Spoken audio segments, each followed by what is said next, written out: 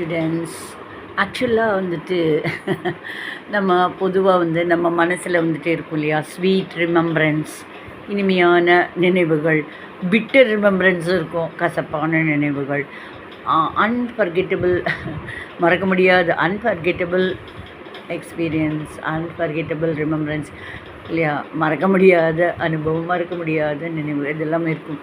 அதில் எனக்கு தெரிஞ்சவங்களோட ஷேர் பண்ணலாமா? ஆக்சுவலாக நான் ஸ்கூல் படிச்சுட்டு இருந்தோம். அப்போல்லாம் வந்து எங்கள் அம்மா அப்பாவுக்கு 6 குழந்தைங்க. நான் தான் 6வது குட்டி குழந்தை. இப்போ இல்லை, அப்போ அப்போ வந்துட்டு எங்கள் அம்மாவும் டீச்சர், ஸ்கூல் டீச்சராக இருந்தாங்க. எங்கள் அப்பா வந்து போலீஸ் டிபார்ட்மெண்ட்டில் ஒர்க் பண்ணிட்டு இருந்தாங்க. எங்கள் அப்பா வந்துட்டு ட்ரான்ஸ்ஃபரபிள் ஜாப் சம்டைம்ஸ் வரும். எங்கள் அப்பா ரொம்பவே ஹெல்ப் பண்ணுவாங்க. ஏன்னா எங்கள் அப்பா கீழே நிறைய சிஸ்டர்ஸு பிரதர்ஸ் இருக்கனால பொறுப்பாக பண்ணுவாங்க ஒர்க்கெல்லாம். ஸோ என்ன பண்ணாங்கன்னா, எங்கள் அம்மா வந்து அந்த காலத்தில் வந்து அடுப்பு தானே, ஆனால் இப்போவும் அடுப்பு இருக்கிறவங்க நம்ம இதில் சொகுசாக இப்போ வாழறோம். ஒன்றும் இல்லை, கேஸ் ஆன் பண்ணாவே ஐயோ காபி போடணும், கேஸ் ஆன் பண்ணது கஷ்டமாக, இப்படி எடுத்து இப்படி பண்ணால் முடிஞ்சு. ஆனால் அன்றைக்கெல்லாம் அந்த மனு, இந்த ரீப்பர் மாதிரியெல்லாம் விறகுலாம் அப்போல்லாம் அந்த இதுலேருந்து வாங்கிட்டு வந்து அந்த ஒரு இத்தனை கட்டாக இதெல்லாம் பாவம் எங்கள் இன்னெல்லாம் இந்த மாதிரி எத்தனை பேர் கஷ்டப்பட்டு முன்னேற்றிருப்பாங்க குழந்தைகளை. எங்கள் அம்மா வந்து டீச்சராக இருந்தாங்க. சொன்னேன் இல்லையா, எங்கள் அப்பா போலீஸ் டிபார்ட்மெண்ட்டில் பெரிய வேலையில் இருந்தாங்க. ஸோ அப்படி இருந்தாலுமே வீட்டில் குழந்தைகளுக்கு அம்மா அப்பா அன்பாக என்ன பண்ணுவாங்க. பாவம் எங்கள் அம்மா வந்துட்டு 6 குழந்தைங்க. எங்கள் அண்ணா, ஃபஸ்ட்டு எங்கள் அண்ணா, அதுக்கப்புறம் எனக்கு ஃபஸ்ட்டு எங்கள் அண்ணா, அதுக்கப்புறம் 3 அக்கா, அப்புறம் ஒரு அண்ணா, அப்புறம் நான் தான் கடைசி.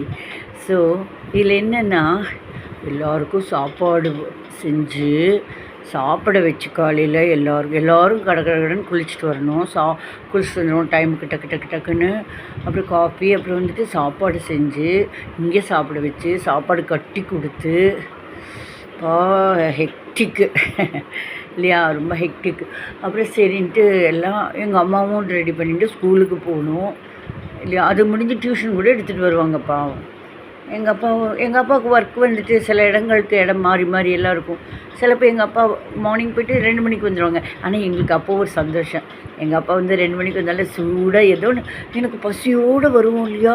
அப்போ எங்கள் அப்பாவுக்கு தெரிஞ்ச சமையலை சுட அது குழம்பு மாதிரி எதுவும் பண்ணுவாங்க, சாப்பாடு மாதிரி எதுவும் பண்ணிவிட்டு எங்களுக்கெல்லாம் தட்டத்தை வச்சு எங்கள் அப்பா பரிமாறுவாங்க.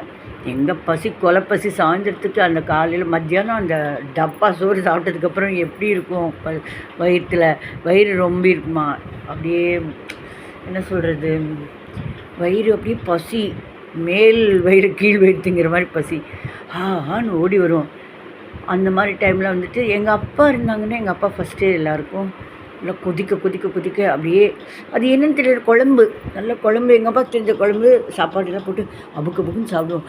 ஆக்சுவலாக என்னென்னா, நான் வந்து கடைசி குழந்தைன்னு சொன்னேன் இல்லையா. அப்போ என்னோடய சிஸ்டர்ஸு, எங்கள் பிரதர்ஸ் யார் வந்தாங்களும் அவங்க பாவம் என்ன பண்ணுவாங்கன்னா, அப்போல்லாம் அடுப்பு வந்து ஸ்கூல் விட்டு வந்தோன்னா அவங்க பசியோடு அடுப்பு இது பண்ணி ஆன் பண்ணி அதில் வேறு சாம்பலெல்லாம் வரும். அந்த பாலை காய்ச்சிருப்போம் அங்கங்கே டாட்டா.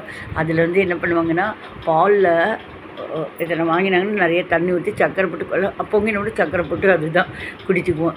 ஸோ எப்படியோ ஓடி உழைக்கணும்னு எல்லாம் முடித்து அந்தந்த பெரிய லெவலில் எல்லோரும் ஆண்டவர்களால் இருப்போம்னு வச்சுக்கோங்களேன். ஸோ இந்த மாதிரியான ஒரு சிச்சுவேஷனில் ஒரு நாள் ஒரு காமெடியாக என்னன்னு தெரியல, பட் பாவம்.